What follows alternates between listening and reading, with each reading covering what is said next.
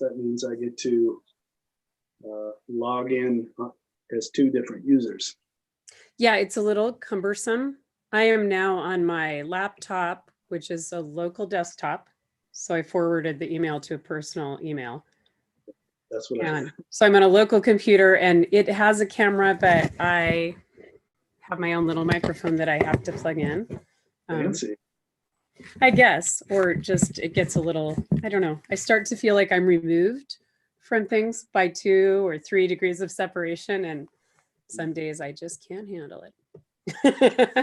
But I'm not wearing a tie. So like you totally have that going. Tie and the button down, points. Thank you. Okay, I'm going to mute again. Okay.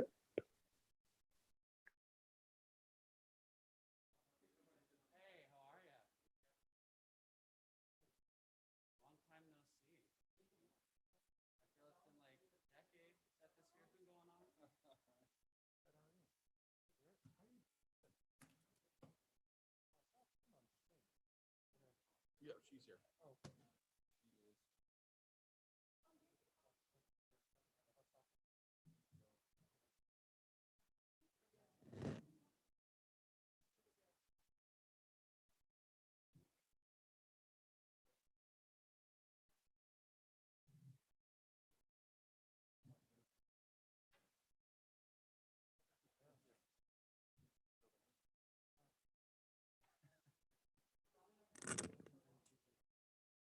I'm not.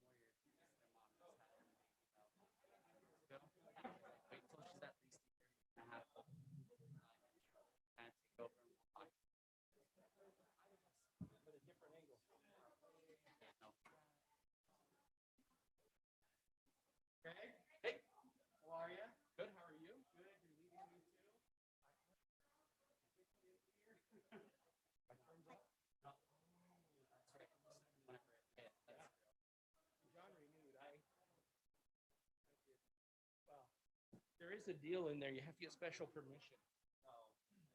Keep going.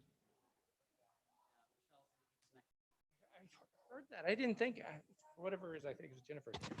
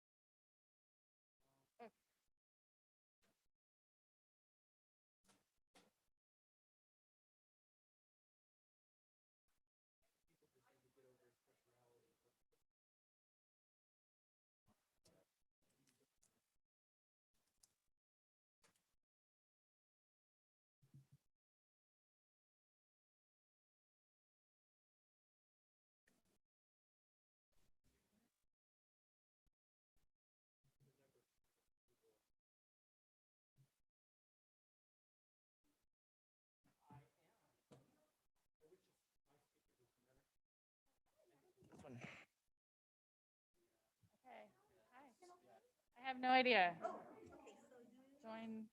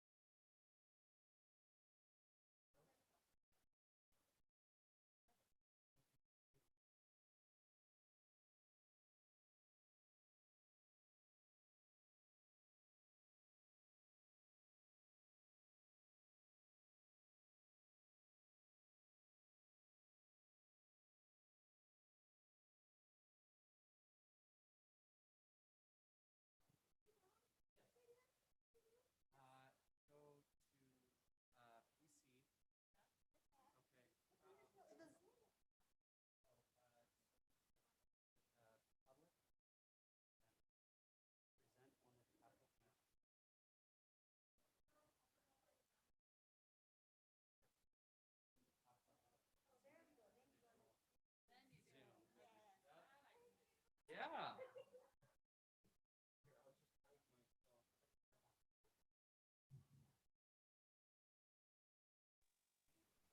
Okay, Matt. Hi, Mike.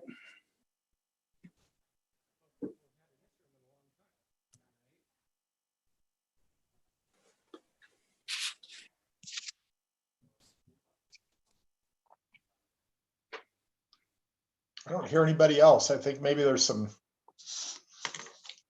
technology,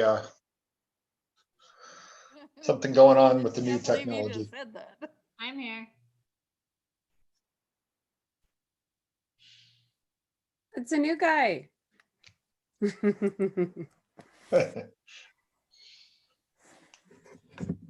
Matt's got his tie on. He's I know, Mike. Oh, what's with that? You're looking a little more like the golf course. yeah, right. Yeah, that's more my yeah. I have no answer.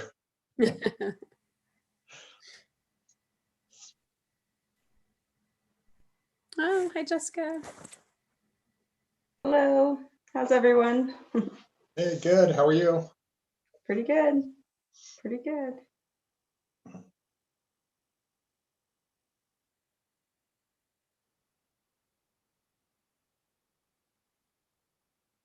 So, Mike, Yeah. it looks like the big screens in chambers are facing outward. Are there screens on the other side too? Does anybody know this? I Or don't. do they swivel? I could swear last night they were pointed the other way. Good afternoon. Thank you so much for joining us. It is Wednesday, October 14th. The time is 5:33. I would like to begin the regular meeting of the Meridian Parks and Recreation Commission with Rachel. If you please call the roll. Yes, thank you. Dom Gelsomino, Present. Michelle Jensen, Present. Keith Bevan,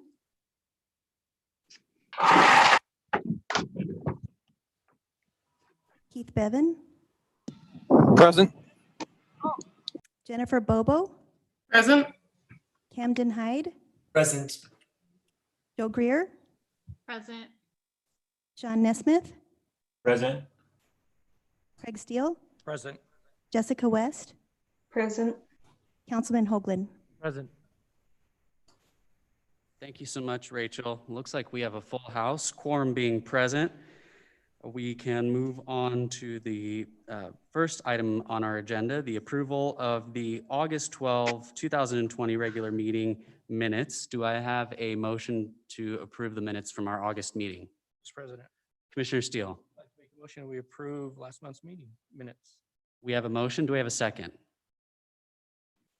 Mr. President, Commissioner Jensen, I motion that we I second the motion. we have a first and a second. All in favor? Aye. Aye. Any opposed? So ordered. Our next item, and I'm going to try and not get emotional tonight, but we have the farewell to Commissioner Jensen. Oh, I apologize. Oh, I apologize. We completely skipped over that. Do I have a motion to adopt the agenda for tonight? Mr. President, Commissioner Steele, I'd like to make a motion that we adopt tonight's agenda as stated. that has been moved. Is there a second? Mr. President, Commissioner Jensen, I second the motion. we have a motion and a second. Do we, all in favor? Aye. Aye. Aye. Any opposed? So ordered. Returning back to the prior item, I apologize. Our farewell to Commissioner Jensen. Commissioner Jensen has been serving for 3 years. I've had the amazing fortune to serve with her for the last 2 out of those 3 years. And tonight we are wishing her a very strong and warm farewell as she continues with the next chapter, especially focusing on her family and career. And so we want to thank her for her time and her service to the city of Meridian and on this commission. Thank you, Mr. President. Thank you. Absolutely, please do. I've never been a big speaker. I do want to say thank you to the city of Meridian and the Parks and Rec team, Steve, and all of you guys. It's been a huge pleasure to be a part of this. And if my life were not so complicated, I would continue. But you know, life is what it is. And I think this group is doing amazing work. I think they're really charting the path for the city of Meridian and finding ways to make this the family-friendly city that we all know it to be and want it to be. So good luck to all of you. And I'm really sad this is my last meeting, but who knows? We'll see what the future holds. Absolutely. Mr. President, Mr. Sidway. on behalf of the department, I just want to thank you, Commissioner Jensen. When work has not interfered and you've been able to participate with us, your insights have always been appreciated and spot on. So thank you for the service you have given over the past 3 years. It is not unnoticed and very much is appreciated. So thank you for all your participation. Thank you. Thank you, Steve. Just now? And Oh, thank you. Mr. President, I actually have something to award. I'm going to come up to the front. Wonderful.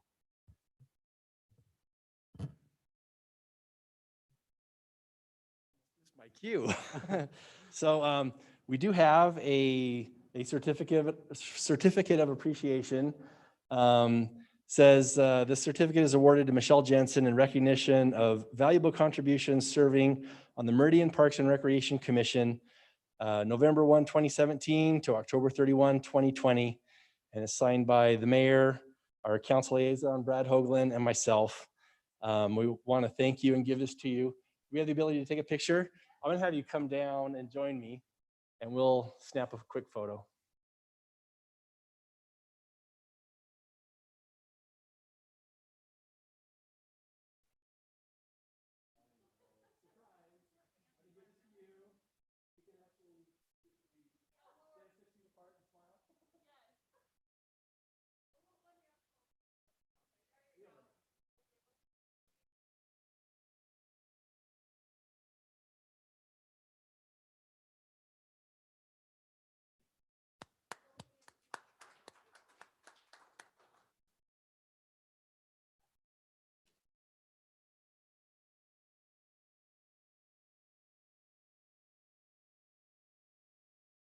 Thank you so much. Very, very much deserved and earned recognition, excuse me. Our next item is welcoming our new youth commissioner, Mr. Camden Hyde. Camden, welcome to the Meridian Parks and Recreation Commission.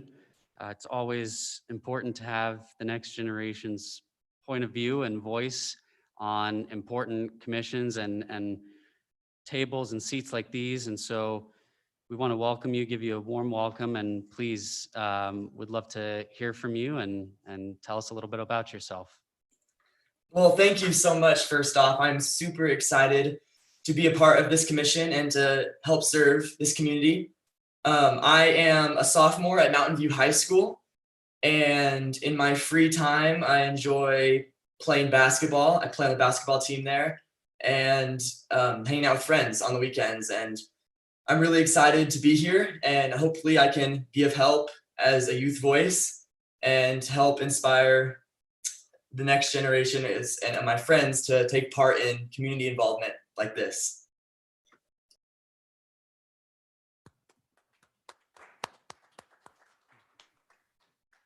Thank you, Commissioner Hyde. Wonderful. We have our next item is going to be Commissioner reappointment and appointments. That will be presented by Director Steve Sidway. Test. Okay. So you've already heard from Michelle. We have a recognition coming up very shortly for Commissioner Craig Steele, but I just wanted to make sure it was clear that with those two positions being open, the mayor's office has put out a call for nominations, and there will be a process over the coming month to find commissioners for these two open seats. There is a third seat that is also up this round, which belongs to Commissioner John Nesmith. But as I understand, he has submitted his interest for reappointment, which we anticipate going to council later this month. So we look forward to having Commissioner Nesmith continuing with us with the reappointment, and then the two open seats will be open for new commissioners moving forward. Wonderful. Thank you so much, Steve. Alrighty, our next item is going to be also by Director Steve Sidway regarding our November meeting. So we discovered last week that looking forward to next month, the second Wednesday falls on November 11th, which is Veterans Day. The City Hall will be closed and these facilities won't be available to us. So we need to propose to move the meeting if we can. The main options would be moving it one day to Thursday the 12th. We confirmed that this room is being used by the Meridian Arts Commission from 3 to 5 p.m. and we should be able to get in time for a 5:30 start if we would like to do that, or we can keep the same night if Wednesdays work better for everyone and just bump it out a week to November 18th. So I would just like to ask if there is a preference, and we will get that meeting moved. Wonderful. So just out of clarification, Steve, are there any action items on that particular agenda item for tonight? I need your feedback tonight, yes. So I would open it up for some discussion and just ask if anyone has a conflict with either the Thursday the 12th or Wednesday the 18th. I'm available Thursday the 12th. So I guess I mean, we really need to put some input in here. my two commissioners on my left and right will not be present. So I'll open it up to the rest of the commission if Thursday the 12th will be preferable or the following Wednesday the 18th. Mr. President? Mr. Chairman? Yes, Mr. Sidway. Mr. President, so I was just having a sidebar with Rachel. There are concerns about whether we'll have the time to do all the setup necessary on the 12th. So our preferred recommendation would be to move 1 week to the 18th. So let's start with that and ask if, let's see if we can have a quorum for the 18th as our preferred solution. Of course. Are there any objections or any scheduling conflicts for any of the commissioners on November 18th? Mr. President, I can be here on both days. Wonderful. So we have Commissioner Bobo. Commissioner Greer, you were saying something? I am available both days as well. Mr. President, Commissioner Nesmith, one moment, just one moment. Commissioner Greer, your microphone was very, very low. We couldn't hear you quite just what you said. Sorry, I apologize. I am available both nights. It sounds available. like available that night. Okay. Thank you, Commissioner Greer. Commissioners Nesmith. Yeah, I can be available either night. 18th works fine for me. Wonderful. So that puts us at 1, 2, 3, 4. Commissioners President? West and Bevan. Mr. Either one works for me. I was going to say the same. I'm available either. Wonderful. And Commissioner Hyde. I'm available both as well. Wonderful. We do have a quorum that evening, so we will work to do the proper noticing for the meeting to happen on the 18th. wonderful. Thank you so much. All righty. Next on our agenda are our upcoming events, which is such an awesome bit of news in the year where we've had so very few opportunities for events. So Shelley Houston.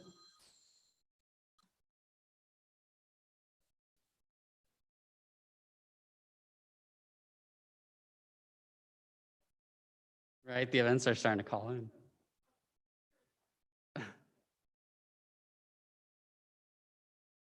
Hello. I'm going to lower my mask for those of you who prefer to read my lips. We finally have some events and activities to talk about. Don't faint and hit your heads. Anyhow, I have a sheet that I will hand out to those of you who are here, and then I'll email it in the morning to those of you who are not present. But I want to talk through what we've got going this fall.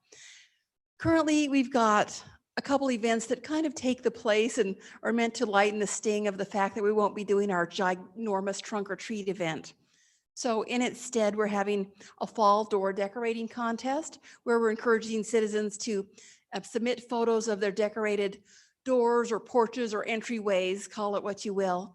And we have prizes in the categories of most elegant, best Halloween theme, and most playful. So 3 people will win $100 prizes, and people are already submitting their photos to us. So that's working. We also have a fall scavenger hunt, which is very fun. It's for families that they can do on their own in a socially distant manner. They go online and download a game sheet, and it's got things to find and spot and do.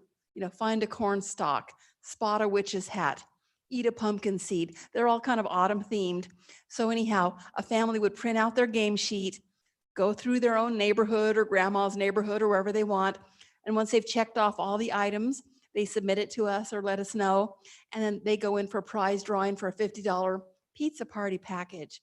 So we're also already receiving some participation on that. So we've got door decorating and we've got the scavenger hunt. This morning they announced that there's going to be a virtual Meridian Town Hall meeting on October 21st at 6 p.m. And so it'll be something that'll be broadcast on Zoom. So I've given you the link. I'll give you all the link. So if you want to join on Zoom that night, the 3 topics will be Meridian's strategic plan, the highlights from the city survey results, and they're going to highlight the people who won the Meridian Star Awards recently for being good people or good neighbors. So anyway, that's October 21st from 6 to 7:30. We've also got on Halloween Day a disc golf tournament in Kleiner Park for all ages. There are men's divisions, women's, or you can play as a family. We've got it all figured out. That'll start at 10 o'clock in Kleiner Park. And again, they can go to our website to sign up online. Rake Up Meridian's taking place this year. We're working a little more closely in tandem with Public Works this year, as well as for Public Services and Parks and Rec. And we've got a 2 or 3 week window of time when volunteer groups will be matched with homes that need raked, and they can get that accomplished at the senior homeowners convenience. Again, that sign up is also online at meridiancity.org/rakeup. So we've got a good balance so far of volunteers and people that need help. So that's going really well. We've got a pair of sporting events that are going to help us raise money to buy Christmas gifts for the low-income children who participate in Meridian's Head Start program. It's the Holiday Classic Volleyball Tournament on a Saturday, October 21st. No, that's not right. No, November 7th, sorry, that was the entry deadline. November 7th. And then on Sunday, November 8th, we'll follow with a Holiday Classic Cornhole Tournament. Those will both take place at the Meridian Home Court. Details can be found online at the Parks and Rec website, and people can register online. And finally, I'd mentioned that we have a Veterans Day ceremony. Just like we did with Memorial Day, it'll be kind of a private event put on by the American Legion Post 113 members, and we'll broadcast it on Facebook Live on the city's Facebook page. So things are finally hip hopping and snip snapping. And so we have some of these events have standalone flyers and others do not, but at the very least, I'll get you the calendar events that tells the website you can go for more information. And really the public's been very polite and understanding. We haven't gotten a lot of backlash about not doing trunk or treat. They understand the drill nowadays, and they're not shocked and dismayed that some of our more popular gigantic events, such as the block party, couldn't take place this year. They're being quite gracious and understanding, which we appreciate. So we're trying to come up also with some fun Christmas events. I don't want to spill the beans here, but we're tightening up the details on several Christmas activities for families as well. Any questions or comments, concerns, suggestions? Do we have any questions or any of the above options mentioned by Shelley from the commission? Hearing none, Shelley, thank you as always. Good. I'll make sure y'all have a copy of the schedule. Wonderful. Thank you so much. I think Cody's trying to call you there. That's who's ringing.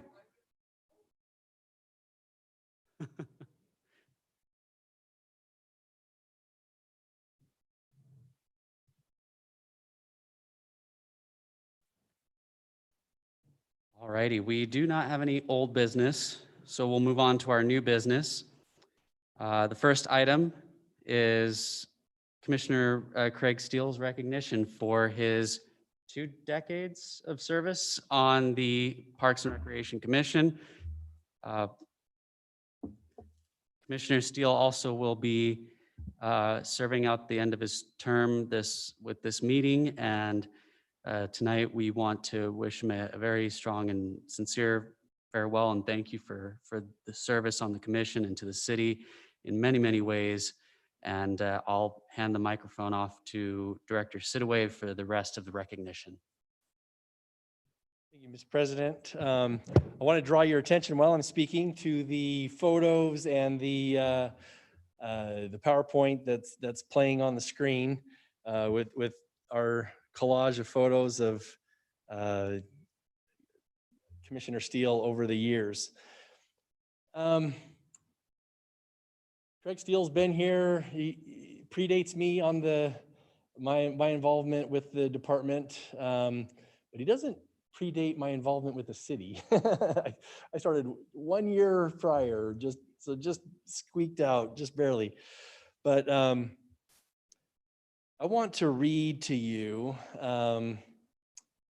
something we wrote up for an award that we submitted Craig for. We're 1 day behind being able to announce the actual receipt of it at the IRPA conference is going right now, the Idaho Recreation and Parks Association. And we've nominated Craig for the Outstanding Individual Award, and their award ceremony is tomorrow night. So we will announce officially tomorrow night, but nonetheless, I want to read your nomination. We call him the Godfather, and for good reason. Meridian resident and businessman Craig Steele has been volunteering as a member of the Meridian Parks and Recreation Commission continuously since January of 2000. Prior to being appointed to the Parks and Recreation Commission by Meridian's mayor, Craig also volunteered with Meridian's March for Parks program for a couple of years. Craig has served 2 terms as our president of the commission and has served as vice president more times than we can count. We think it might be as many as 8, but a number. In addition to these roles, Craig has served the City of Meridian on its Golf Course Advisory Committee, the Downtown Revitalization Committee, and its Pathways Committee. In the community, he has served as a volunteer coach for youth athletics. For several years, he also served in the Friends of Meridian Parks organization, raising funds for needed park projects. Craig's favorite projects over the years have involved his work on Settlers Park, in particular, and Kleiner Park, because of the wide varieties of amenities these popular regional parks include and the wonderful assets they have become for our city. When asked why he has served as a volunteer for so long, Craig replied, "It's for the kids." He remains extremely committed to preserving future park space in our community, developing quality neighborhood, community, and regional parks, and enhancing the connectivity of our city's pathway system. For these reasons and more, we've nominated Craig for the IRPA award this year.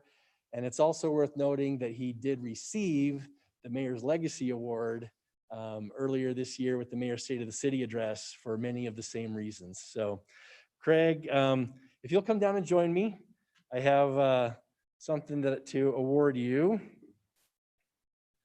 We figured after 20 years, you probably need something more than a paper plaque. So we have for you a special plaque presented to Craig Steele, AKA the Godfather, in recognition of 20 years of service to the City of Meridian Parks and Recreation Commission from 2000 to 2020, with gratitude for your loyalty, dedication, and hard work. And I'll tell you, this piece of wood came off the tree in Centennial Park that had to come down a couple of years ago. We were able to salvage a piece from that.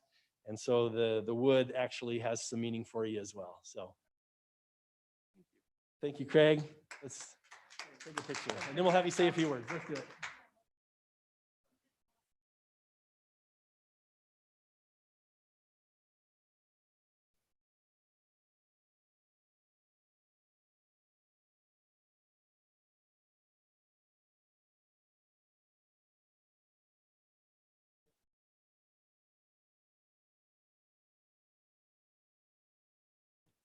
Craig, I see you got some family here with us tonight. So I want to first of all thank you for loaning him to us for so many years. But if you wouldn't mind telling us who's here with you, and then please take a moment to say a few words. Wherever you'd like. Oh, I also have this mug with Craig Steele, NPR Commission, and the years you served from 2000 to 2020, filled with some goodies. So this is an additional thank you. So thank you, Craig. All right. Go up here. Okay.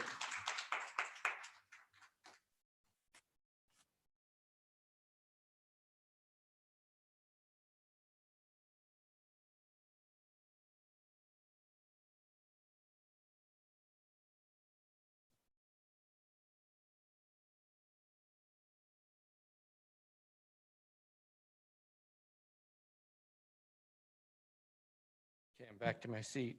Thank you, Steve. Thanks, everybody. Tonight, my wife and daughter are both here.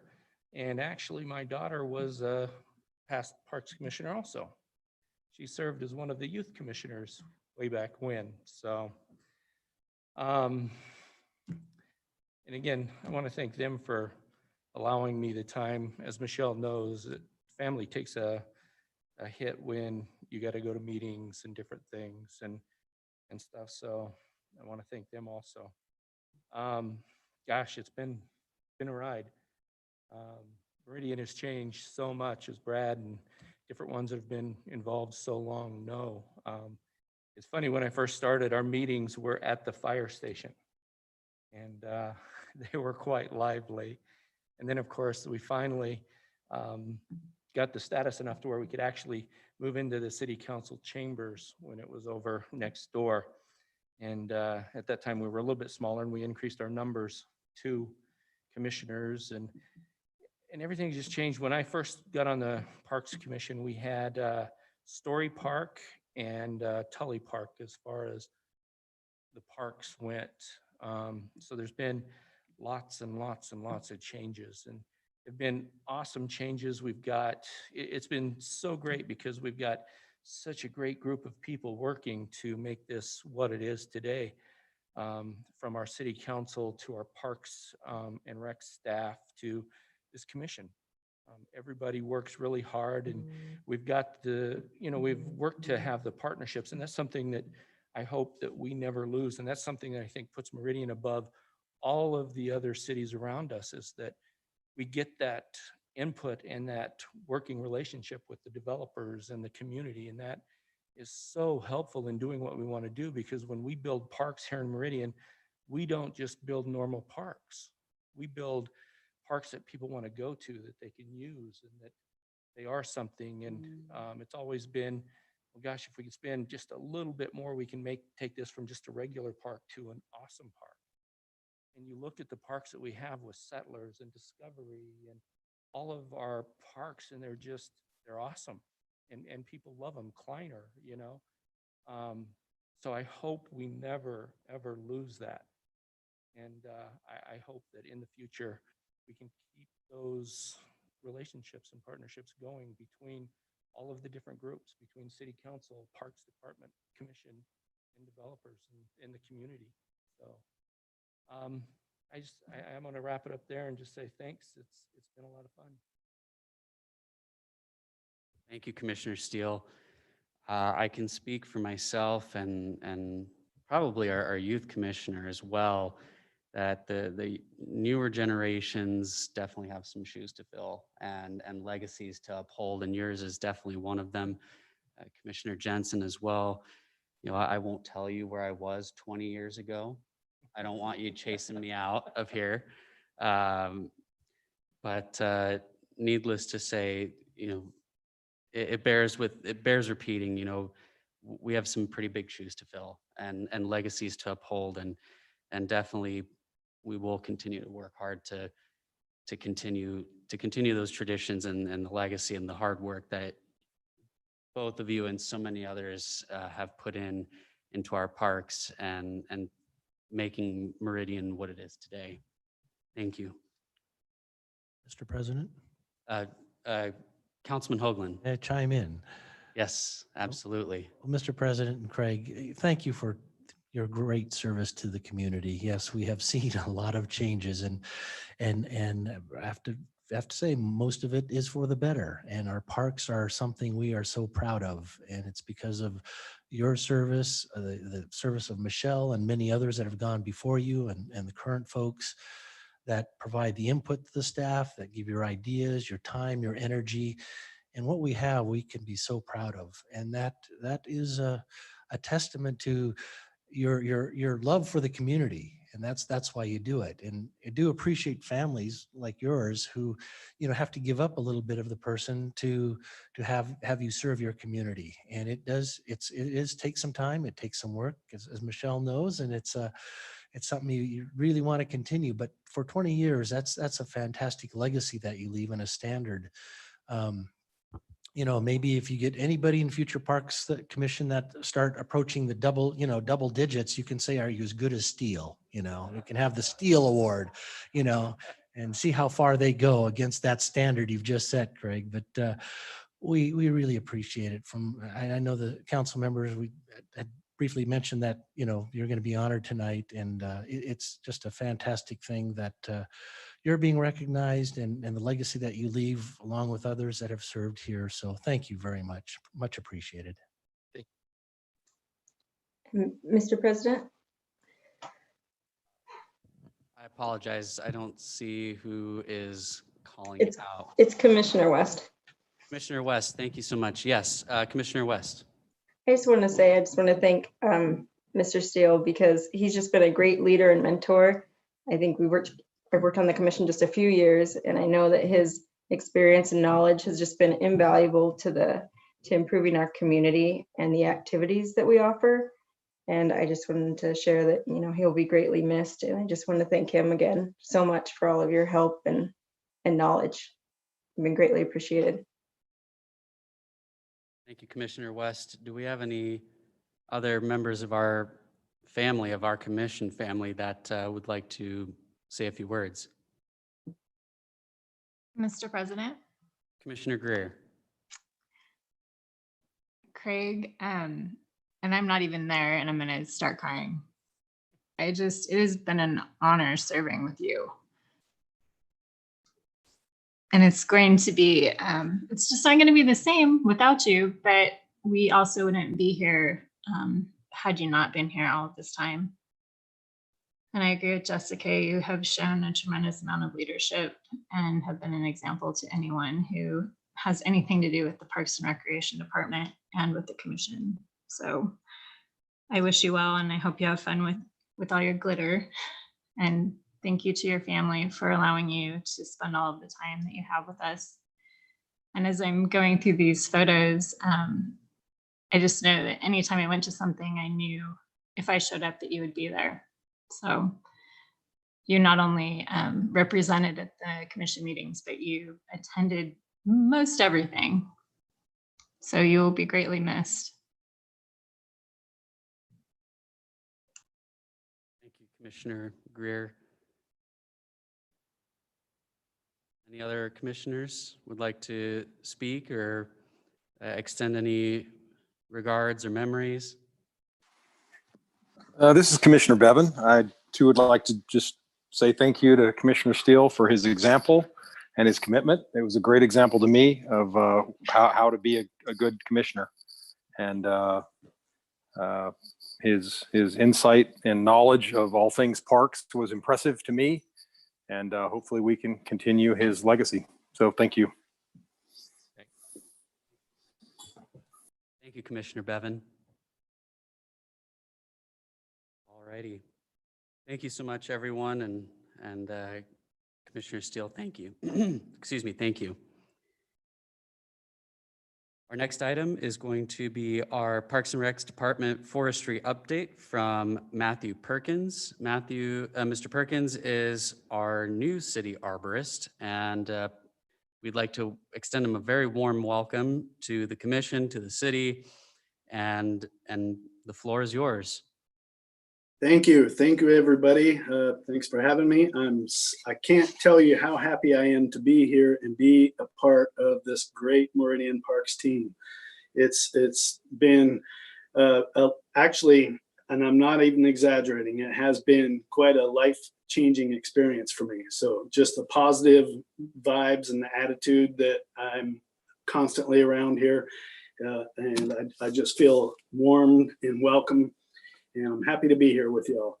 So I put together a little presentation to show you what I've been up to this year. And at the end, I'll throw in a little bit of what I plan to do in the next year on your screen. And I apologize if you have trouble seeing it there in the chambers. But so mainly what my job consisted of this year was contracting out a lot of the pruning in the parks, because obviously being a one-man show here, I can't possibly get all of this pruning done myself. So I have to end up contracting out. But you can see there under pruning that we were able to prune a good portion of the trees at Fuller Park, all of the trees at Fothergill Pathway, a section of the downtown trees, and Storybark Park, and the water department, and then a third of Kleiner Park, and Heroes Parking, Settlers Parking, and then there were various other sites that I took care of in-house myself, as was requested by our lawn mowing crews, or if there was a branch down here or a tree down there. Those are the kind of things that I'm able to take care of. And there were quite a few removals and replants this year as well. just mainly due to storm damage. Every now and then when we get into storm season, late summer there, we'll have some windstorms that will knock some of our trees down in the parks. But I always work to get those stumps removed and then aim to replant those trees. And I'm constantly looking for new places to plant new trees and expand the canopy within our parks. So, and I do have an informal inventory of those potential new future planting locations.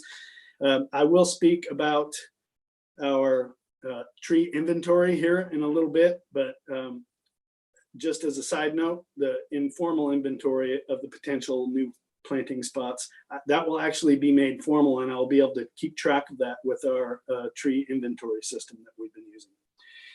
Aside from the regular everyday kind of stuff, I also have to do quite a few tree mitigation inspections for new developments. And that basically consists of going to the sites where the new development is occurring and determining which healthy trees are going to be removed as a result of this development, and making sure that that those trees are mitigated for with new plantings. And of course, we got the Christmas tree, and we've got that ball rolling already. The date for harvesting the Christmas tree and moving it down to Generations Plaza is currently set for November 5th, I believe. Let me check real quick. Yep, November 5th. We will be removing the tree from its final resting place and bringing it down to Generations Plaza, where it will be decorated for this holiday season. I get plenty of public service requests in the form of phone calls, people asking for information about their trees, or maybe they're in one of our parks and they want to know what particular tree they're looking at and what might work well for them to plant in their own yards. So I get a lot of those calls. And then the community engagement and education, I work pretty hard at putting together presentations for, as a matter of fact, next week I will be participating in an arborist certification training workshop where I will be presenting on 4 topics there. And basically that workshop is designed to get aspiring tree workers who wish to become International Society of Arboriculture certified arborists. It gets them prepared to take that test and pass it. So then, of course, plenty of in-house service requests are generated from our lawnmowers and our other park attendees. And occasionally I'll get a code enforcement inspection. A lot of those came through this year in the form of trees that were interfering with street lights. Those are private property trees that are interfering with street lights. Code enforcement doesn't normally have the expertise to tell whether or not a tree can be pruned safely or whether it needs to be removed. So I'll go and take a look at those and work with code enforcement on that. And I've been working on the urban forest management plan, which is going to be a big thing that hopefully you guys will see in this next year. Something I promised that I would bring to the table for Steve and for Parks. Basically a master plan for what the forestry department and Meridian will be working towards for the next 5-10 years. And then last but not least, the Tree City USA requirements. Every year we work to maintain our status as a Tree City USA. And that leads to the next slide, please. Okay, so what is the Tree City USA? To become recognized as a Tree City USA, there are 4 standards that must be met in order to be recognized. 1, you must have, the city must have a tree board or a department must be established. So we've got that. 2, an adopted tree care ordinance needs to be in place, and we've got that. And then 3, a community forestry program with an annual budget of at least $2 per capita. We're good on that too. And every year we're expected to have an Arbor Day observance proclamation or an Arbor Day celebration. Now this year, the Arbor Day Foundation was generous in the fact that they actually waived the responsibility to have that celebration this year. So we don't necessarily have to do that to meet this requirement this year due to COVID-19.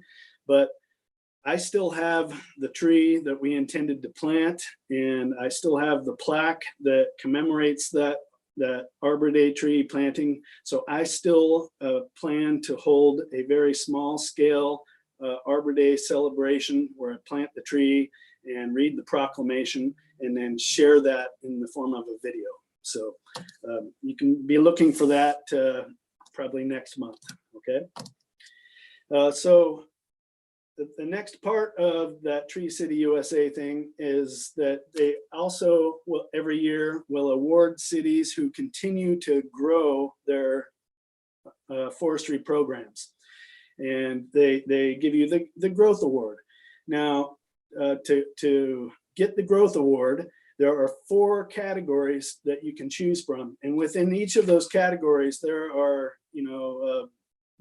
anywhere from 1 to 15 different activities that you can participate in and do to achieve those goals. You're supposed to achieve 10 points total. So each of those activities within each of those categories is worth a certain number of points. Those categories, as you can see, are education and public relations, partnerships, planning and management, and tree planting and maintenance. So this year, on the next slide, I'll show you the 2 that I have chosen to achieve our growth award. Okay, so for our 2020 Growth Award achievements, I have chosen from category A, the education and public relations. It's activity 3, which is an interpretive program. It's worth 3 points. And basically what it is it's an interpretive program such as like a walking tour of outstanding trees in the community, or in an arboretum, or a heritage tree program, or any similar project that was first made available to the public that was significantly improved, okay? So we have this great arboretum at Julius M. Kleiner Park, and there's so much potential there for what we can do with this as we're moving forward. So the first thing I wanted to do was put together a self-guided tree tour that people from the community can go to our website and download a PDF, maybe even scan a QR code and pull it up on their phone as they're walking through the arboretum, and it will pull up these information pages, and it will have a map of the arboretum with each of the trees that are on the tree walk numbered so that you know where they are within the arboretum, and you can go to each of them and read an information blurb about each of those trees. And next slide, please. And then the next biggie is, as I mentioned before, our tree inventory. Okay, so Elroy's been working on this tree inventory for the past several years, I believe, and it's a really great software program, and it's capable of so much. I'm still learning all of that it is capable of right now, but I've been focusing on there were several sites within the city that were not actually, where the trees were not brought into that inventory yet, or maybe their information was not fully complete enough to get all of the details that we need from those. So that's category C, planning and management. It's activity 4, which is a tree inventory and analysis. It's worth 7 points. Basic tree inventory or street or park trees was conducted for the first time, or it was updated, which I'm doing. And an analysis was performed indicating what the conclusions are to be drawn from the inventory, such as species mix, planting, care needs, etc. So hopefully, and I apologize for not being able to see the details on these slides so great, but I'd be happy to share this information with anyone who wants to reach out. Currently, as of today, right now, we have 4,927 trees on our inventory. And these are little pieces that I grabbed out of there. One of the neatest things here is that the program, based on data that comes from the iTree program that Davy Resources put together, it shows us the total monetary benefit of our trees. So you can see that the total stormwater monetary benefit of these 4,927 trees is $21,008. It are the benefits that they bring us in stormwater monetary benefit. And in runoff prevention, they provide 2,175,000 gallons of runoff prevention. And then there's property value total in there, energy savings, air quality monetary benefit, and carbon monetary benefit. So this, like I said, as I learned more about how to use this inventory program, it's a really great thing to be able to show us why we want to have trees in our city, and why we want to have them in our parks, and why we want to strive to continue to improve and grow our urban forest. Okay. And in my routes, I've noticed that, you know, at each of our entry points in Meridian, the city of Meridian, the Arbor Day Foundation gives us these Tree City USA signs as part of our recognition. And as you can see, you know, this is just a sample, just 2 out of the many signs that we have. They're a little bit outdated. They haven't been updated for a little while. So this next year, I plan to refurbish those signs and bring them all up to date. So, and some of our Meridian, Welcome to Meridian signs don't even have these Tree City USA signs. So I want to make sure that I get those up so that the people in our community are able to recognize that and appreciate it. Okay, so that brings us to what's next for 2021. We maintain a pruning cycle here. Elroy had a pruning cycle that he had put together, and I've adopted that. And it basically is the list of, you know, all of our sites that need to be pruning, and by circling through the list, you know, every year we do a certain number of properties according to what our budget allows.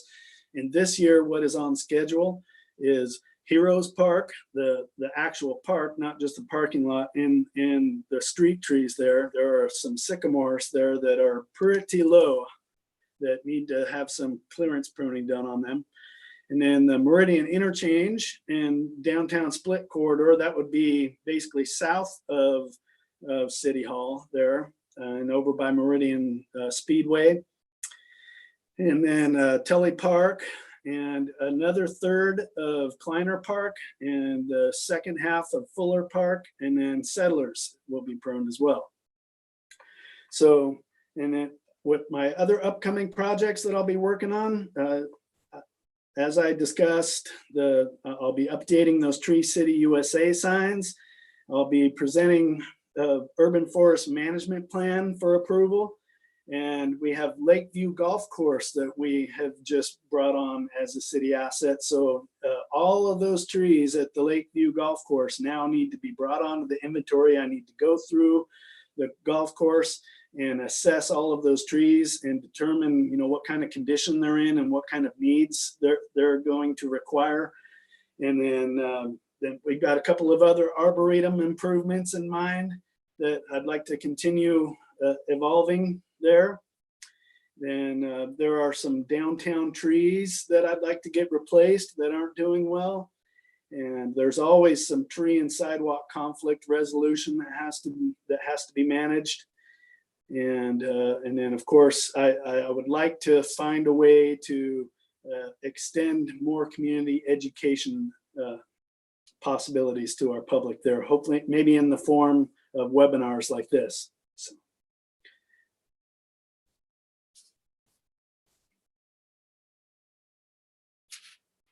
So hopefully, I've given you guys some insight into all the stuff I've been working on here. And if you have any questions, I'm happy to answer them. Thank you so much, Mr. Perkins. Excuse me. Thank you for your presentation. It's exciting to see the master plan kind of, a bird's eye view of what has been going on, what's going on, and what will be going on in the future. Personally speaking, I'm excited for the investment into environmental stewardship. Without trees, without plants, they're the lungs of our planet. And so in a world where we're seeing a lot of forestation loss and just it's hard, it's filling to see the investment that we're putting into growing the amount of trees and the amount of knowledge that you bring to the to this field and your contribution to it. So I appreciate it very much. And if there's any, are there any members of the commission who'd like to speak or have any questions for Mr. Perkins? Mr. President. Commissioner Jensen. Mr. Perkins, in your presentation, some of the numbers you were showing were the mix of trees and such. Can you talk to how, like, what is the mix in the city of Meridian, and are you finding that there's a healthy mix of trees, or are we skewed towards one species or type of tree that maybe we need, as part of your long-term plan, you're looking at diversifying the trees? Absolutely. Yes, that is a big part of why we're doing this, because we want to make sure that we maintain a good array of diversity of species and genus throughout the city, because a monoculture of one species of trees all throughout the city would certainly lead to mass devastation if something like a pest or a disease might come through and attack one specific type of tree. So so currently, and keep in mind that this inventory is really just the trees that are within our parks and in our city-owned facilities. So it's not really a big picture of like all of the public trees in Meridian, but it is of all the trees that we take care of and invest in. So 16.8% of our canopy consists of acer, which are maples. And then 16.4% approximately is gladitsia, which is honey locust. And then the one that's a little alarming for me that I'd like to try and put a cap on is the fraxinus, which is ash trees. The percentage of ash trees is 15.5%. So that's a little high, mainly because it's only a matter of time before the emerald ash borer shows up here. It's been tracked as far west as Colorado now, so all it has to do is jump the Rocky Mountains, and it could happen, any day now on some, with the amount of people who are moving here every year. It could show up here any day now, and that pest has just obliterated ash tree populations back east. So I'd like to try and kind of limit the number of ash trees that we plant in our parks, because we already have so many.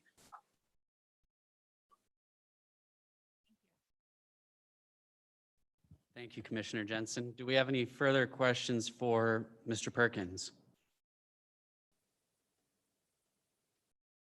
Hearing none, I just wanted to add one additional question, Mr. Perkins, and it just kind of popped into my mind. I know it's kind of difficult to get a lot of information out there. However, for people who do have allergy problems, who do have seasonal allergies, year-round allergies, how can we get information out to people citizens of Meridian, people who are just recently moving here, about the types of trees that we do have out here, so that those who do suffer from allergies to the pollens of these particular trees, or the, you know, the allergens that they give off, that they emit, to better prepare themselves, and to, you know, maybe consult their doctor. And I speak from personal experience. I have allergies to certain tree allergens and weeds and grasses and things like that. So, you know, for people who are moving here, who want to be active and engaged in our parks and outdoors, how can we better prepare them with information like that, so that they can consult their providers to, you know, potentially seek immunization therapy when it comes to their allergies? That's a great idea. It's a great point. I'm going to make note of it. I think there's a lot of different opportunities for us to be able to do that, maybe in the form of a pamphlet or something on our website. I could even incorporate it into one of my presentations. And let me just say, you're preaching to the choir here, because actually, ironically enough, when I went and had an allergy test done, guess what I'm allergic to? A lot of the trees in the area, as a matter of fact. Yeah. So I'm still wondering if I chose the right profession. Believe me, I have kept this a secret for very long, but I'm allergic to dogs, and I'm not allergic to cats. And here I am having 2 dogs, and being a huge proponent of our city dog parks and our dog owners. And on the other hand, you know, I'm completely allergic to them. But you know what? We suffer through the things that we're passionate about, right?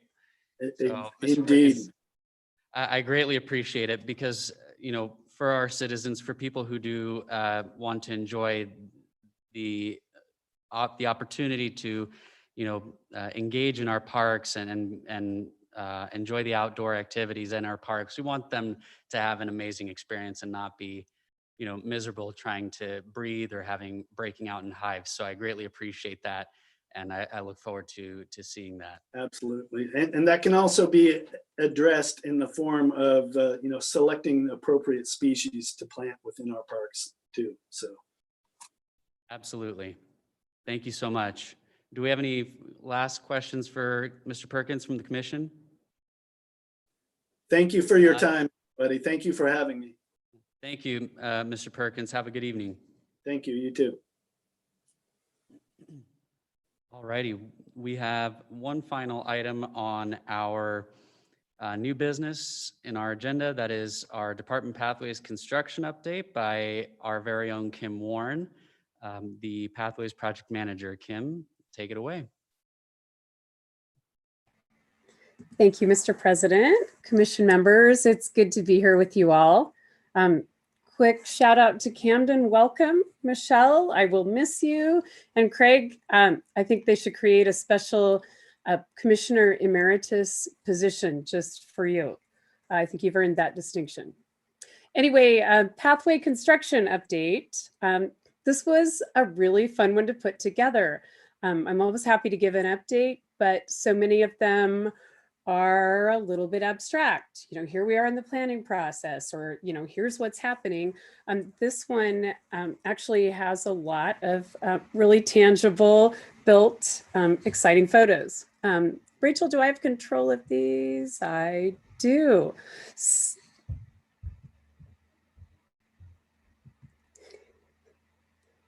I think there's one previous to go back to.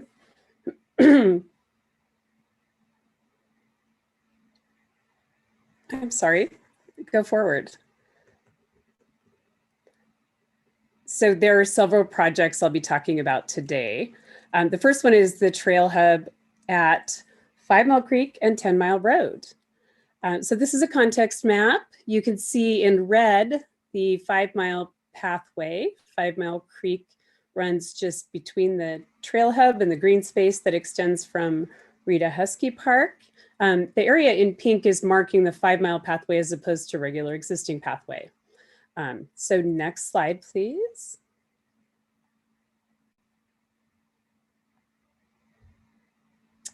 So this project is really coming along. You might recall we've done it in 2 phases, part of it with the 10-mile road widening, the ACHD. So they have now, the roadway is pretty complete, at least in this area. They paved the entry road and the parking area. When I was out there, there was someone installing permeable pavers, and those will at least visually extend to a plaza area. So our trail hub construction documents are complete. We're looking to maybe get some concrete work done sooner than later. We have a contractor with an opening. And so we're going to look to get some of that in this fall before it gets too cold, if we can. And then planning on landscape and irrigation improvements late this fall, if appropriate, or first thing in the spring. Next slide. So here are just a couple more progress photos. The one with the tractor looks back toward Rita Husky Park. There's still they still have the 5-mile drain diverted just to the left of the tree. So there's a bit of work to be done there, but you can see how close this is to Rita Husky. And that's a really nice relationship. And then there's some staged materials in the photo on the right, where our future plaza area is going to be, which will be a future gathering spot and have some amenities. Next slide, please.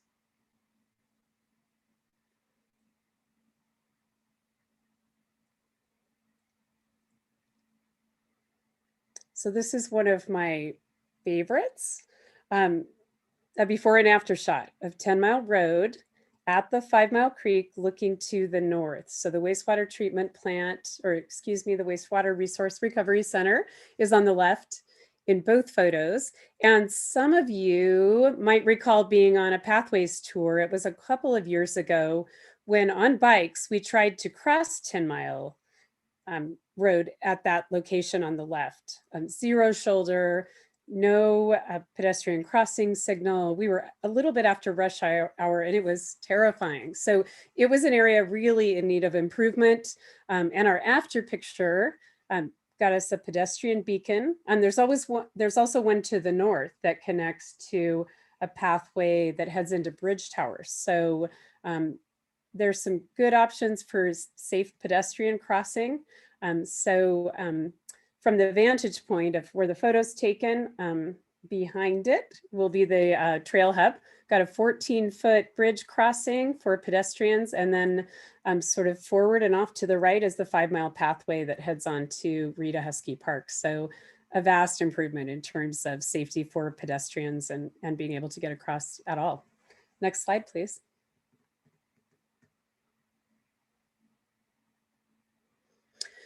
So another project on the 5-mile pathway that you've heard about is the Pine Avenue Rest Stop. This one has been mostly complete for a while. Next slide, please. So just some pictures of landscape that are a little more complete. We're still working on installing the drinking fountain, a little bit of signage. But otherwise, this is a nice stopping point along the pathway system. Next slide. James Court sidewalk widening, which is highlighted roughly in yellow.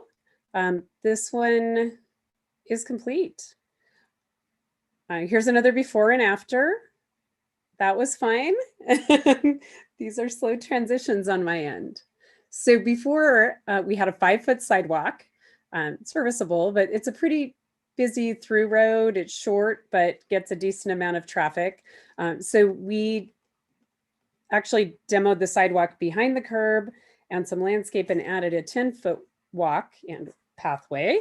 And it's got improved ADA standards at each corner. There were a lot of those. And then the bypass kind of on the high side. So if you need to go from sidewalk to sidewalk and not get involved in those slopes, that's a good option. So let's look at the next slide. Yeah, so these are just some additional photos. It's just a well-constructed highway for bikes, as I like to call them, along James Court. That's a private park on the left in the photo. And then the pathway heads up to this point on the right, where it connects with the Jackson Drain. So this is at the far east end. And we have noticed, like when you get new carpet in your house, how suddenly everything else looks shabby. And that's a little bit the phenomenon here. So where we're connecting to the Jackson Drain, the existing asphalt path with a couple of bollards, we will be cutting out some of that asphalt and redoing the detail and just making that transition a little bit smoother. And then the same on the far west end. I think there's a few more photos if you can advance, please.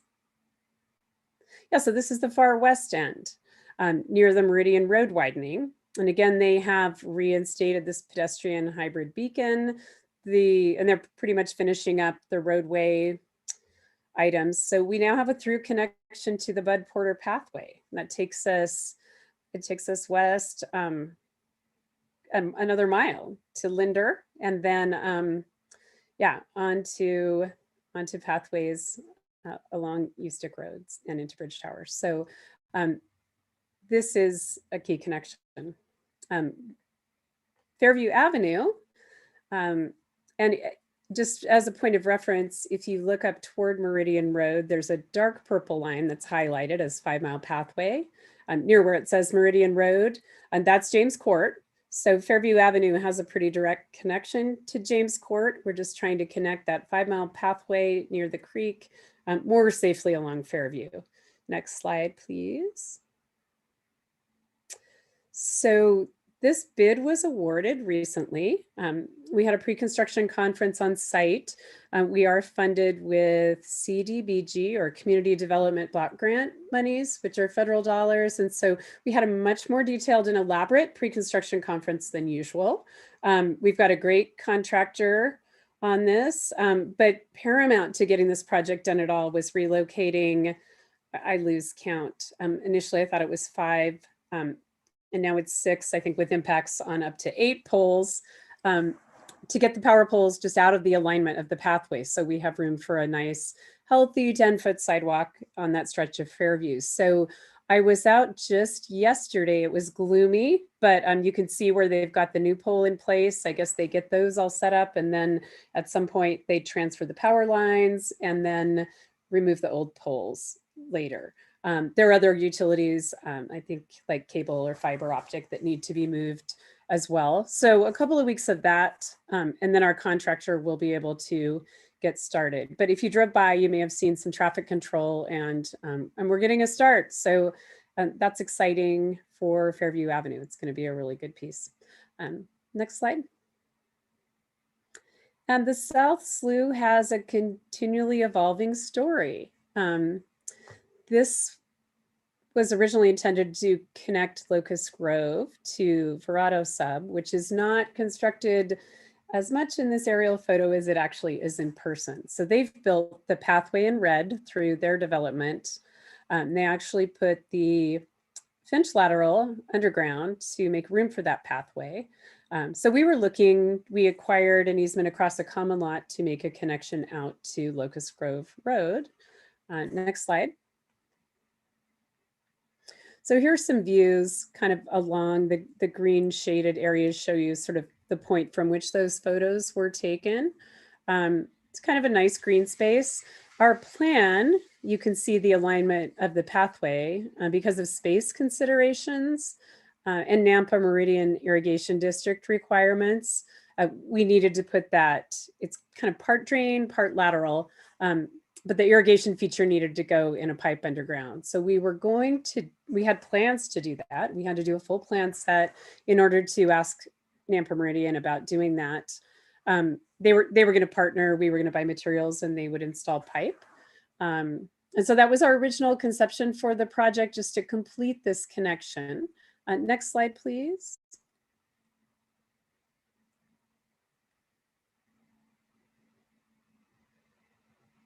So I started in on sort of the background of this story. We were asking Nampa Meridian to provide labor if we would provide materials to get the the lateral underground. They said maybe. We did end up doing a set of plans. They needed that in order to make a determination. And they really weren't able to do that work in this work season. As you all know, it's kind of an odd year and hard to predict things. And it wasn't something they chose to help us out with this time around. So because we had to do those plans, we decided to bid the project knowing it might be hard to afford, but just in the interest of moving forward. And the bids came in just this week and they were pretty high. So now we are exploring other options, and we may want Steve or Council Liaison Hoagland to get in here. I know you were going to talk about this. Our idea is that we might be able to, the photo on the right would be the connection to Verado subdivision. So it may be that we will renegotiate the scope of work to do just this portion of it, which essentially completes a connection out onto the public roadway system, and at least, gives legitimate neighborhood access to this pathway. So we're still kind of up in the air on this one. There was a lot that happened. We weren't surprised that the bids were a little high. We weren't surprised the bids were high. I guess they were prohibitively high. So now we're exploring options to move further, but not the same scope of work. Next slide. So that is it for things that are currently under construction or complete. I'd love to stand or sit for any questions. If anyone has comments or wants to ask anything additional. Thank you. Kim, thank you so much. And, as always, we're excited to continue growing these connections through our pathways and providing, for the valley and for our city, alternative methods of transportation besides hopping in a car and getting stuck in rush hour traffic. And our pathways are going to be a sure bet on alleviating some of the vehicular transportation. Do we have any questions or comments from the commission for Kim? Mr. President? Commissioner Bobo. Kim, I've been watching the 10-mile trailhead pathway form. It's been exciting to watch. And I was wondering, when will the pathway portion of it start going, the piece that goes behind the water, whatever you call that, the water place? The water resource, I'm not sure, reclamation place. There, I saw on the map, it was one of the first slides that you showed. There was a trail that went along behind it. So there is an existing segment of trail that's west of 10 Mile called the McNeilis Pathway, but it doesn't go very far. It kind of curves back to Ustick. We do have plans for the city to provide a crossing of the 9 Mile drain, still on the south side. This is a lot of words for what could be a picture, but I don't easily have access to one. So bear with me. There are plans to do pathway across the 9 Mile drain and then an ACHD owned parcel on the south. And then we will cross to the north of the 5 Mile drain to continue that pathway. And there's a development application currently in that should handle 5 Mile pathway north of the creek all the way to, what would that be, Linder? So there's definitely movement on that as well. That's been a big missing piece. We've referred to it as segment D. That basically runs from 10 Mile to Linder. It's been catalyzed by some new owners coming in, and we've been able to condition stretches that pathway. So we're going to do bridge crossings to make them complete. And I don't know the timing exactly, or, there's always some uncertainty in terms of approvals, but this looks pretty promising. So, I can't really give you a time frame, but I would say near horizon, especially compared to what it has been. Does that answer your question? Yes, thank you. Mr. President. Director Sidaway. I think my additional short answer to Commissioner Bobo's question would be that this year, this coming fiscal year that we just started, council approved us for funding to do due diligence work on a dozen plus projects.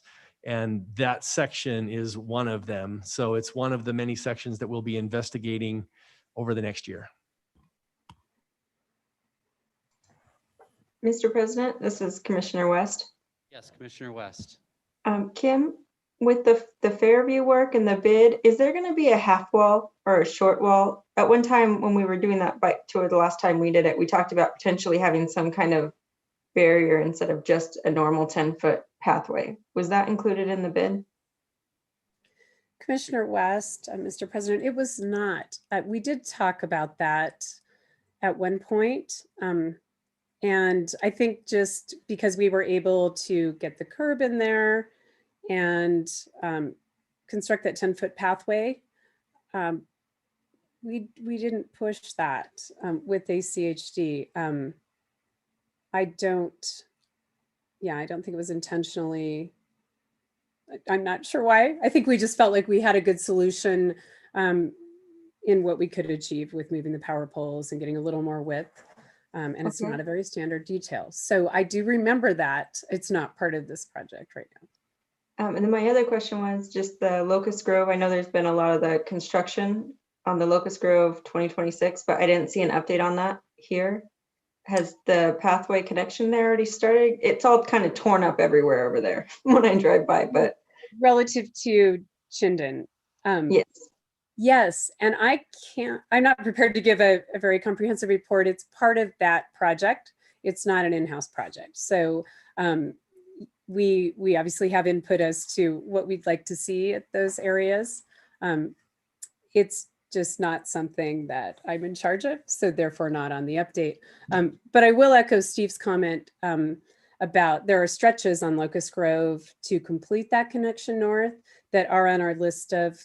We've been jokingly calling this project list the Dirty Dozen, but it's a little more than a dozen projects. And that's in Locust Grove and the corner at McMillan also that heads north is that's on the list too. So I imagine it may be appropriate to come back with that list in a progress update soon as well. These were mostly, just in-house projects under construction now.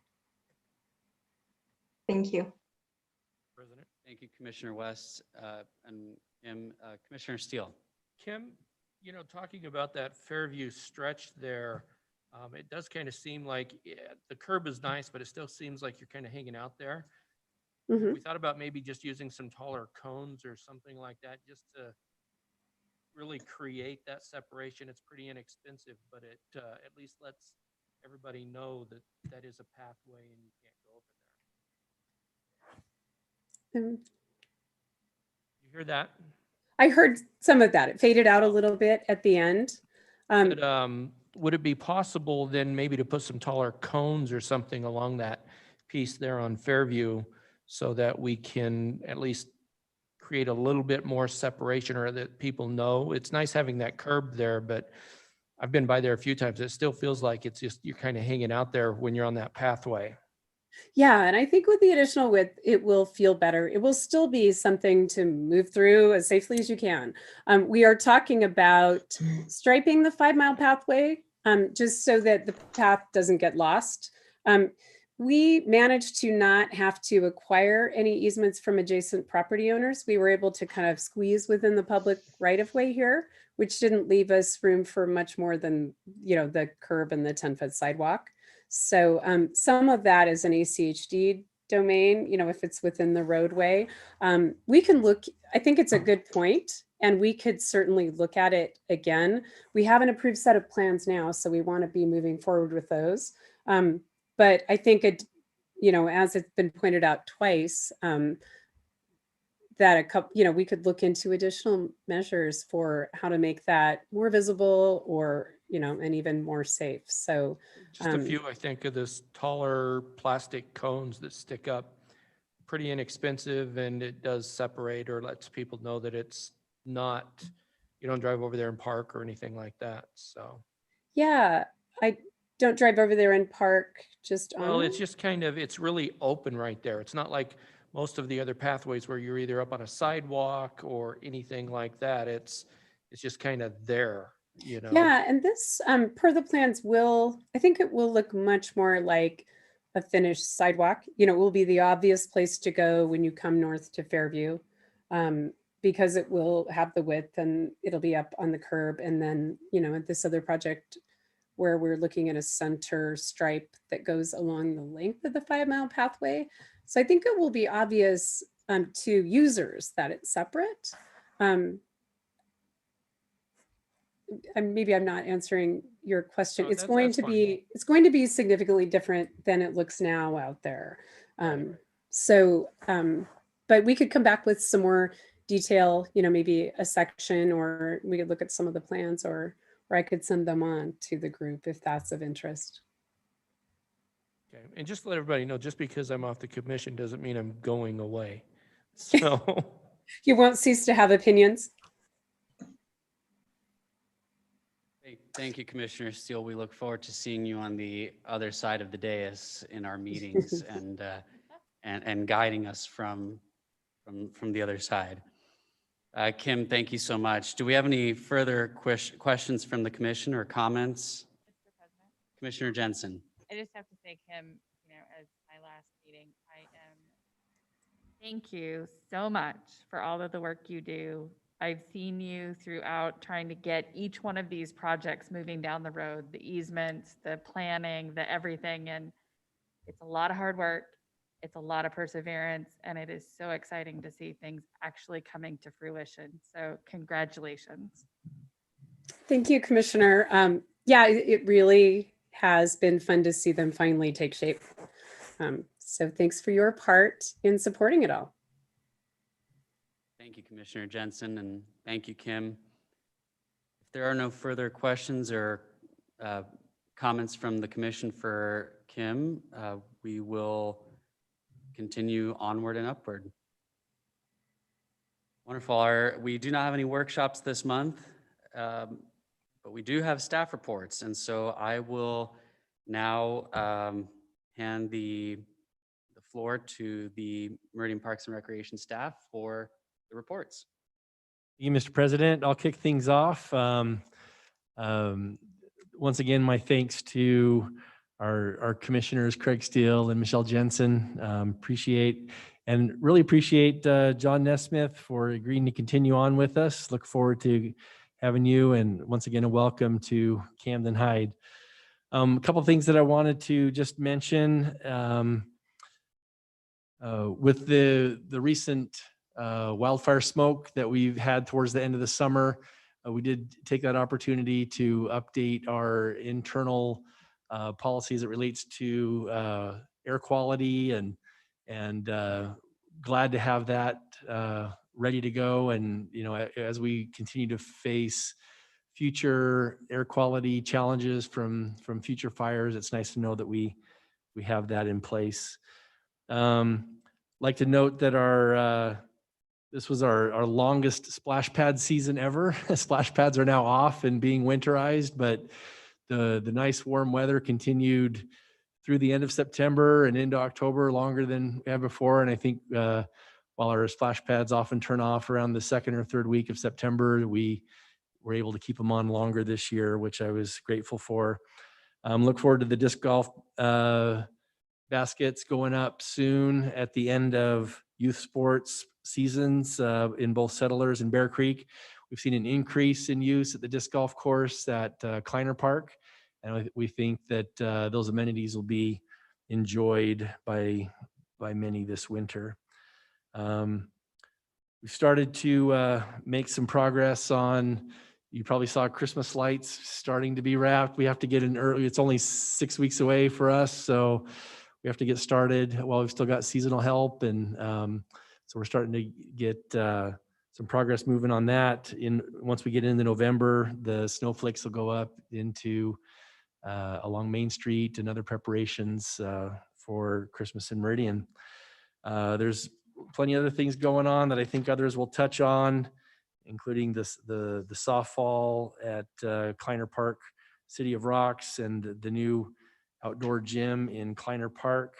Kim's just given you a great update on the pathways, and I'll just say that it's been an exciting year to see so much progress on pathways, not just theoretical progress and design work, but construction underway. So that's been very rewarding.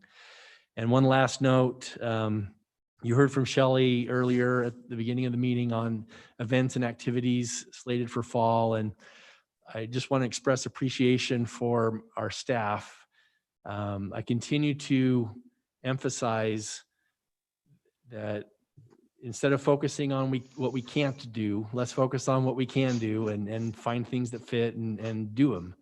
And then they're finding a way with the current situation and protocols in place to still do things and provide opportunities and events for families in Meridian. And I'm grateful to them for doing that and glad that we have some things coming up to celebrate. So with that, I'll stand for any questions.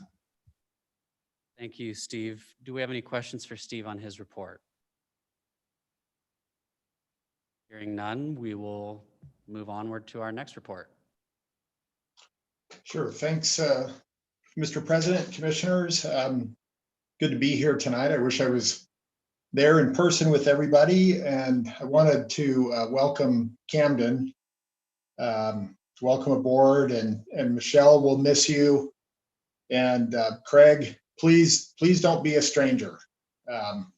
We look forward to seeing you around, and stop by the office anytime or attend one of the meetings, and just please don't be a stranger, because we consider you one of our friends, so we appreciate it.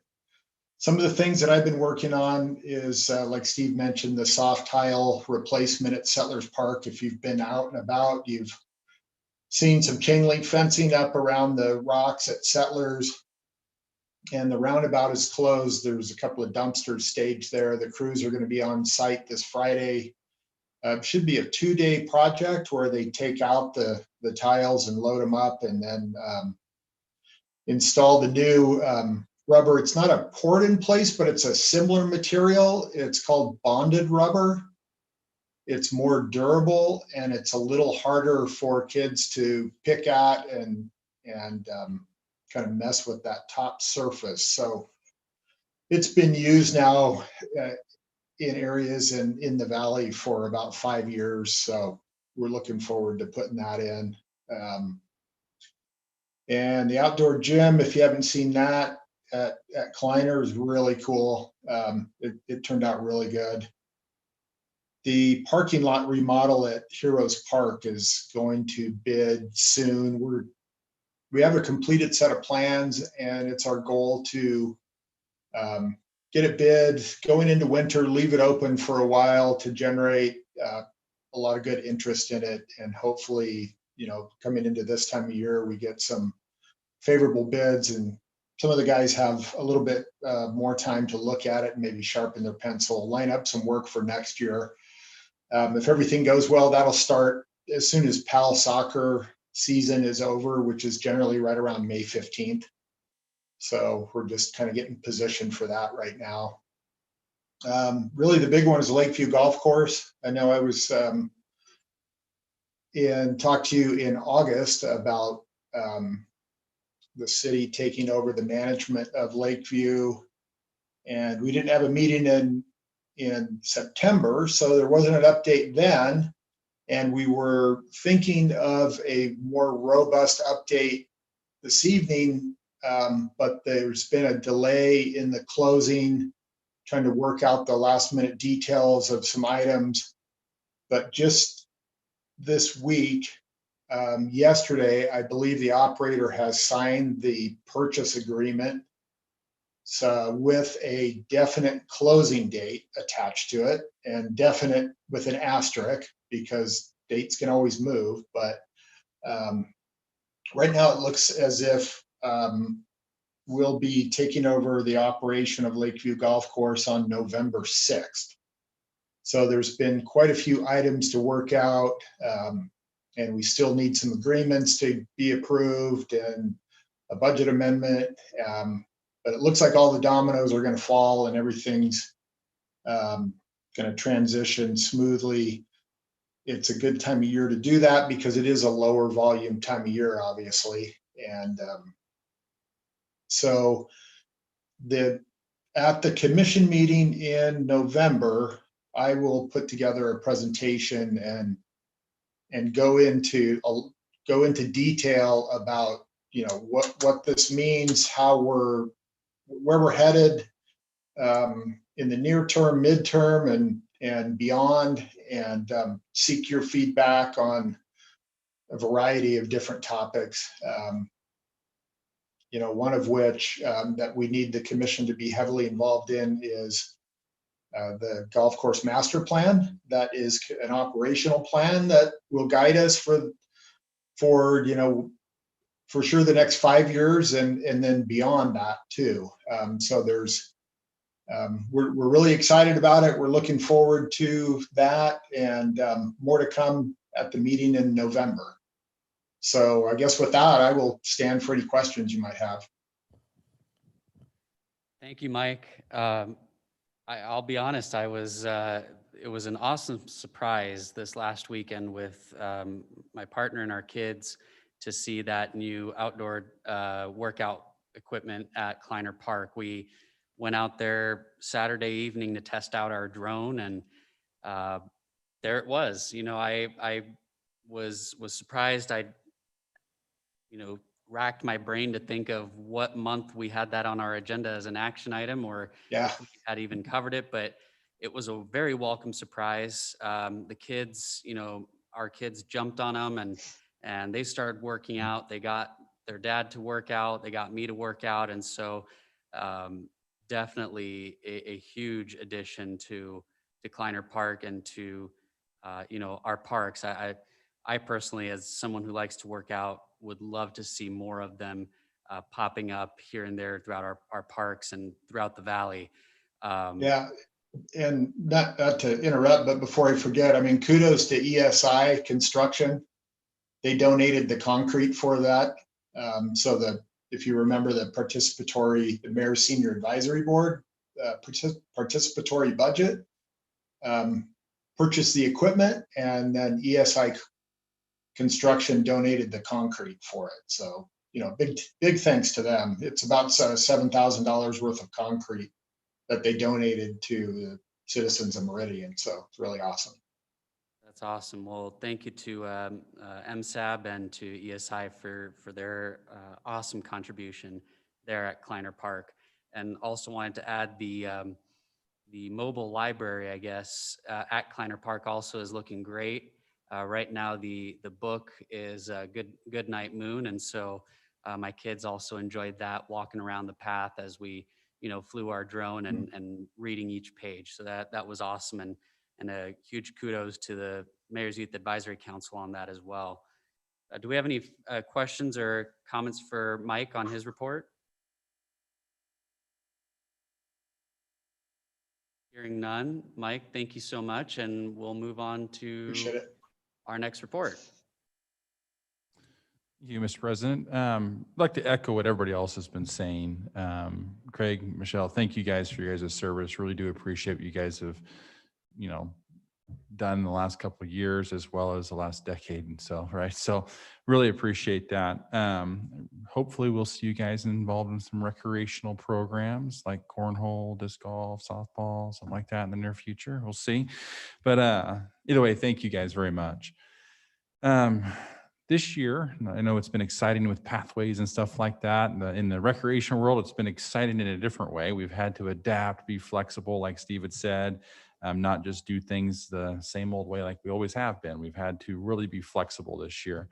So with that, a lot of things that I've been doing is really working with CDH and all of our coordinators on what we can do and how we can do it differently than we have in the past to make sure we're abiding by all the orders, whether it be state and or through the Central District Health Department, to make sure we're keeping our community safe as well as our participants, right?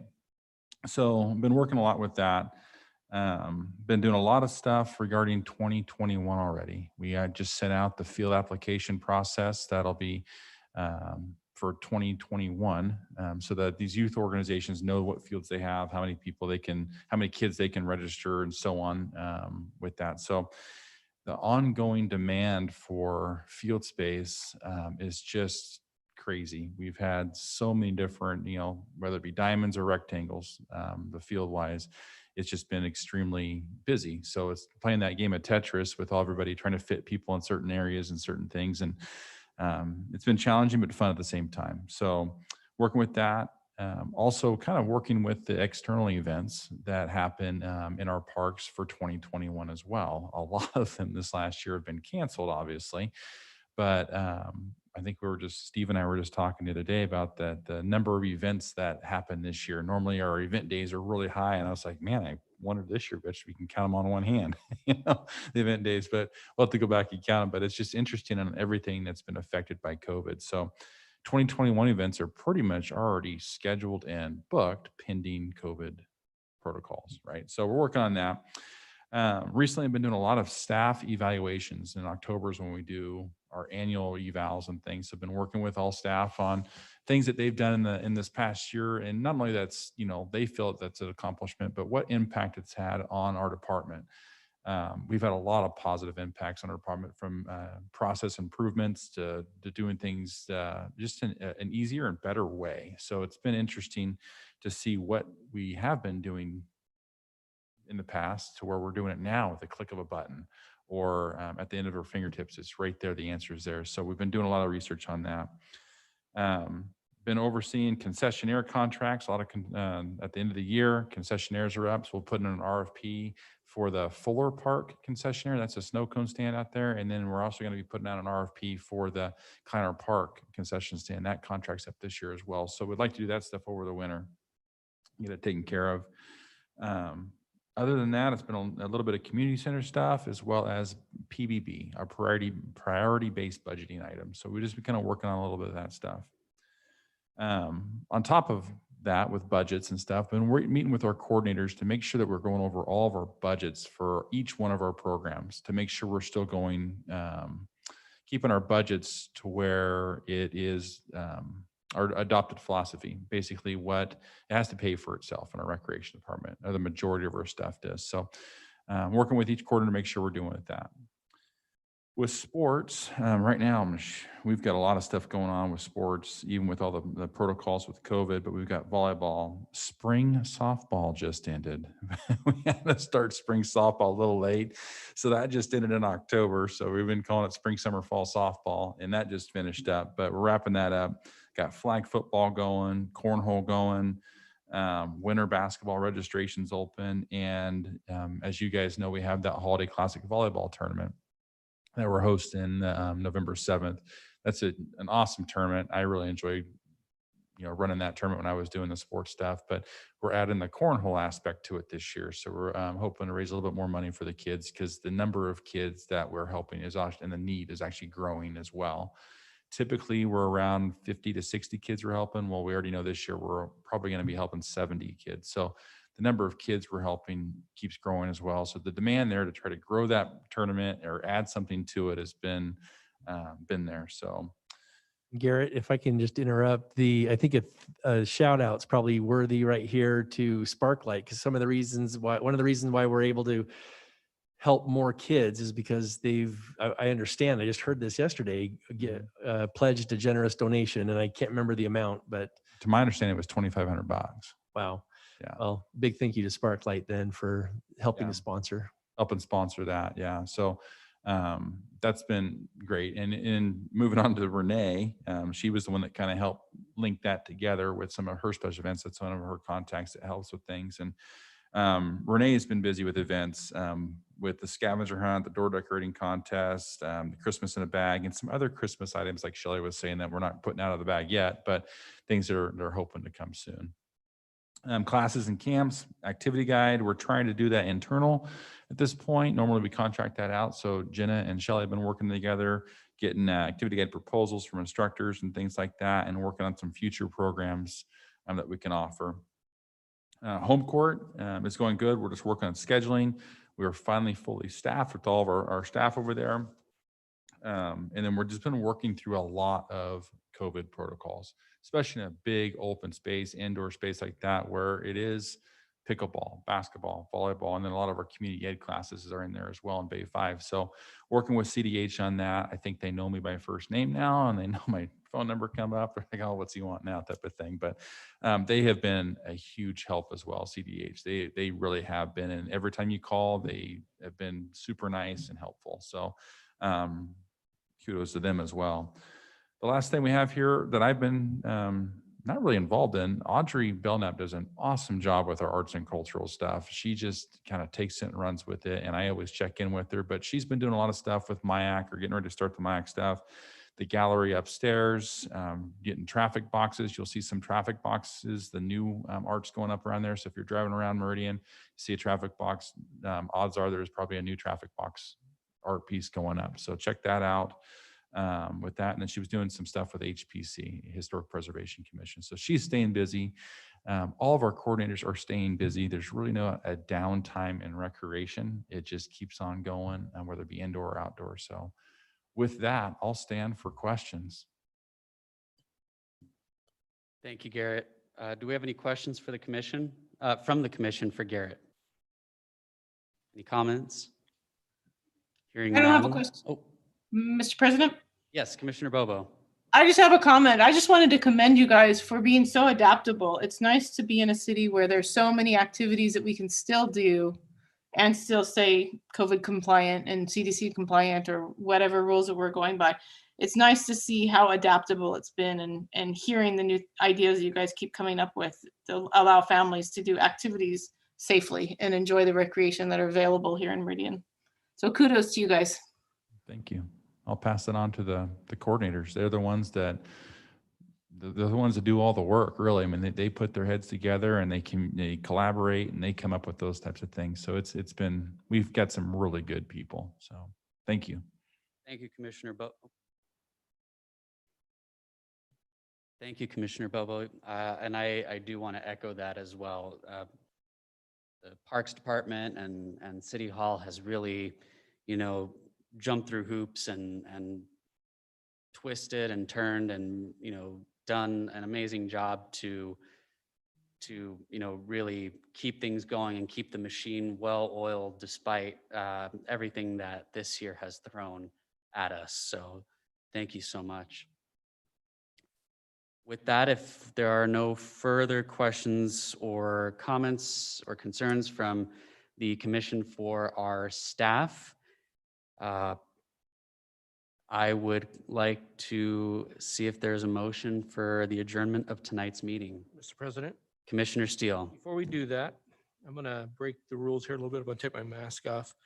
I just want to say how much fun it's been being on the commission and how enjoyable it has been over all of these years.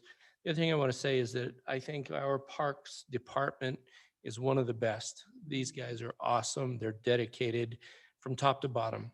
And I got to commend Steve and his group that I couldn't have worked with a better group of people. The other side of that too is I think our commission is very dedicated and does an awesome job. And so for all of these years, it's been a very pleasurable experience. Thank you. Okay. Anything else? And I'll make the last one for me. Thank you so much. Do we have anything else? Commissioner Jensen? Nope.